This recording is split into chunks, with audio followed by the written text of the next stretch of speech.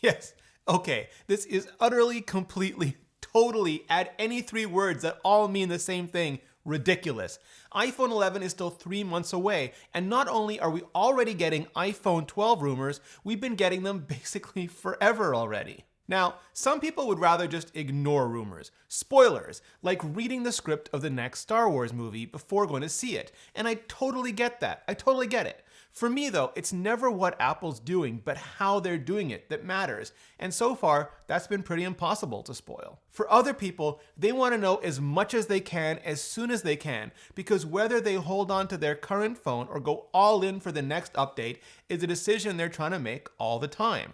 And I get that too. Phones are super expensive these days. But there are also BS rumors or rumors reported in a BS way, and those aren't spoilers and they certainly aren't informative. They're just dumb, or worse, malware, like Block Forbes contributor network at the local host level malware. So when new rumors come out, I think it's valuable to go through them methodically, separate what's likely from what's not likely, and give you my best take on what's actually happening, even if Apple will still surprise us all with how it actually happens. So hit subscribe, Kimura lock that bell gizmo so you don't miss any future breakdowns, and then let's get into it.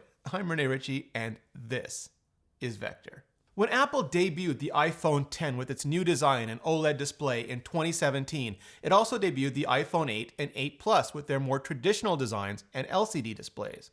When Apple introduced the iPhone XS and XS Max, both OLED, in 2018, it also introduced the iPhone XR, which brought the LCD display to the new design. Back on April 2nd, though, Digitimes said 2020 would be an all OLED year, including the third generation R model. Just this week, supply chain exfiltrator extraordinaire Kuo Ming-chi said very much the same. Going to OLED, which allows for full high dynamic range or HDR displays, provided you mitigate the hell out of issues like burn-in, off-axis color shift, and its other charming idiosyncrasies, probably mean yields have gone up and costs down.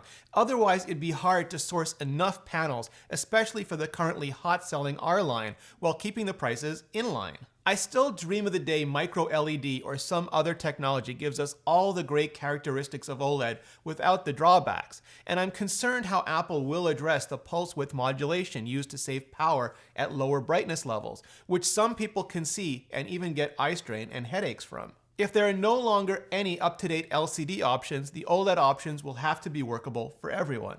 According to both Digitimes and Kuo Ming-chi reports, instead of 5.8 inches for the regular model and 6.5 for the Max model, we'll be getting a smaller 5.4 inches for the regular model and a bigger 6.7 inches for the Max model. The R line, they say, will stick to its sweet 6.1 spot in the middle. So why go smaller and bigger? That I'm not sure about, and I'll be eager to hear how Phil Schiller or Jaws pitches it at the 2020 iPhone event. And yeah, I'm totally aware of how wacky that date sounds out loud right now. We've had smaller screen sizes in the past, of course, including the fan favorite iPhone SE at 4 inches and the iPhone 6 and its successors at 4.7 inches, but those were back in the day of big old bezels. So you could probably fit a 4.7-inch screen into something the size of an SE, the way Apple fit a 5.8-inch screen into something the size of an iPhone 6. Would 5.4 inches be small enough to satisfy those SE fans, at least the ones who were fans of the size rather than just the price?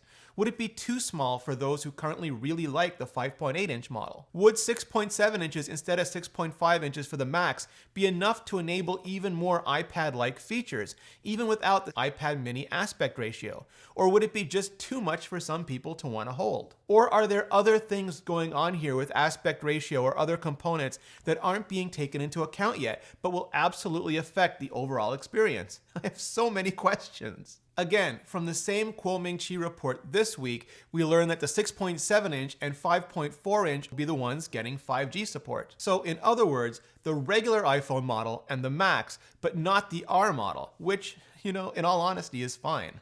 5G is currently only available in small pockets in certain cities if you stand on one leg and twist yourself around just so. By next fall, it will be better, but it's unclear how much better and for how many people. And it's super unclear how many services will exist that really take advantage of it, other than, Wow, I downloaded the new Black Widow movie in like 7 seconds. So for people who really want 5G, thanks to the settlement, Apple will have the next generation Qualcomm modems to do it well and as efficiently as possible on the flagship phones. And for people who don't have it or want it, they can save some money with the R model, which has always been the job of the R model. And Apple can keep working away on their own custom modem designs for 2022 or whenever, 6G and beyond. We all know Apple replaced Touch ID with Face ID starting with the 2017 iPhone X.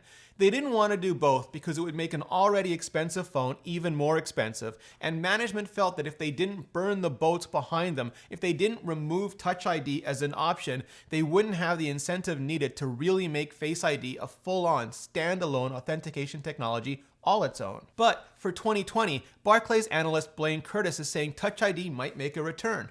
Sort of.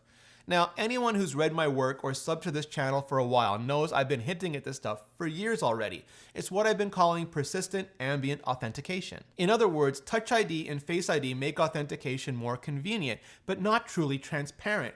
We need to get to the point where the phone just knows it's us, and if its confidence falls below a certain threshold, only then does it require specific authentication again. Now, we're still a long way from that, but this is one of the next steps we need to get there. Basically, turning the whole screen into Touch ID. Apple's had patents on this for a while, including acoustic versions, but as we've seen from other vendors, in-screen fingerprint technology, be it optic or acoustic, hasn't exactly provided for a frustration-free experience, and that's something Apple will likely insist on before it deploys it. If Apple can get it to work though, and all you have to do to authenticate is touch your iPhone anywhere on the screen with a registered finger, we'll be that much closer. If not, look for Face ID to improve and other technologies to keep being worked on. 2020 could finally be the year we get Apple's full-on rear-facing augmented reality camera on the iPhone. I say finally not because Apple has ever mentioned it before, but because of all the whispers that go around every year. The AR camera has been one of the most exciting for the last few years. Basically, it incorporates a 3D camera, a time-of-flight sensor, laser technology in order to do what the front-facing TrueDepth camera has been doing for a while now, but at an even much more extended range. So if you look at what the TrueDepth camera system can do up front, that'll give you an idea about what the TrueDepth camera will be able to do on the back, just not only with your face, but with the whole world around you. Or better still, with the new tech already on display in iOS 13, both cameras at once, your face and in the world. It may not sound that exciting if you're not into AR, and a bunch of compelling use cases will have to be developed and shown off to get everyone to buy in. But as we move towards a world with Apple glasses, we'll need all of this stuff figured out first, and we'll always need devices with more capability than glasses to really take advantage of it. In other words, AR cameras for an increasingly AR world. The iPhone 11 will likely have USB-C, but on the other side of the Lightning cable. Yeah, Lightning to USB-C instead of USB-A. Could iPhone 12 have full-on USB-C in the port though, like iPad Pro got last year? Rumor has it most vendors are moving towards getting rid of all buttons and all ports, at least eventually. It reduces mechanical failure and improves water resistance. But remote restore is incredibly hard, and wireless charging still isn't as fast wired charging either. It's so hard and so fast, no one has gone anywhere near that big main port yet. But will it be enough for Apple to switch from Lightning to USB-C in the meantime? As far as I'm concerned, it'd be great for accessories, especially now that iPad Pro and iOS 13 have significantly matured the ecosystem and the capabilities both. But we'll have to wait and see. Same goes with additional sensors. Well, except for air quality. To fix that, you'll still need a molecule. I bought mine about 6 months ago after friends of mine in Silicon Valley started sending me shots of how well it was working for them during the wildfires.